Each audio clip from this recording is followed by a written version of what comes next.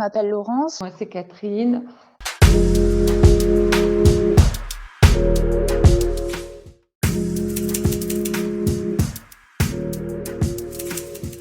En fait, c'est pour obtenir déjà une reconnaissance travailleur handicapé.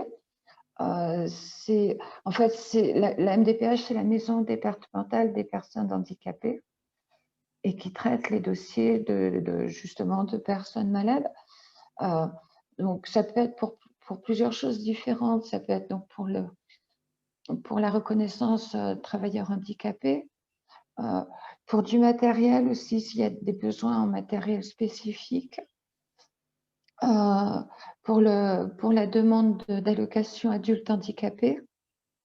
Et il y a une quatrième chose, il me semble, mais pour les enfants, pour tout ce qui est scolarité, etc. Donc, c'est un dossier, il y a un dossier complet à remplir avec un projet de vie, auquel il faut joindre un dossier médical. Donc, c'est aussi le pourquoi de ma recherche d'un médecin qui connaisse la maladie pour pouvoir me remplir ce dossier également.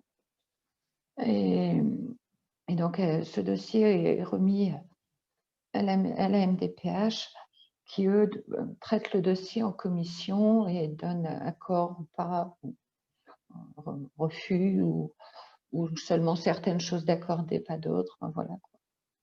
Ce sont des dossiers qui sont un peu longs à monter, qui sont longs à être traités. Je sais qu'à certains endroits, ça met 4 mois, mais d'autres, ça met plus d'1 an avant d'avoir une réponse. Donc, voilà. J'ai fait un dossier MDPH. J'ai été convoquée et évaluée par un médecin. Et donc, ils m'ont donné un handicap à 80%. Donc, j'ai une carte d'invalidité. Et à savoir qu'à ce moment-là, ils m'ont même fait une ordonnance pour que j'aie une canne blanche. Et moi, je l'ai super mal vécu. D'ailleurs, je ne l'ai jamais acheté parce que...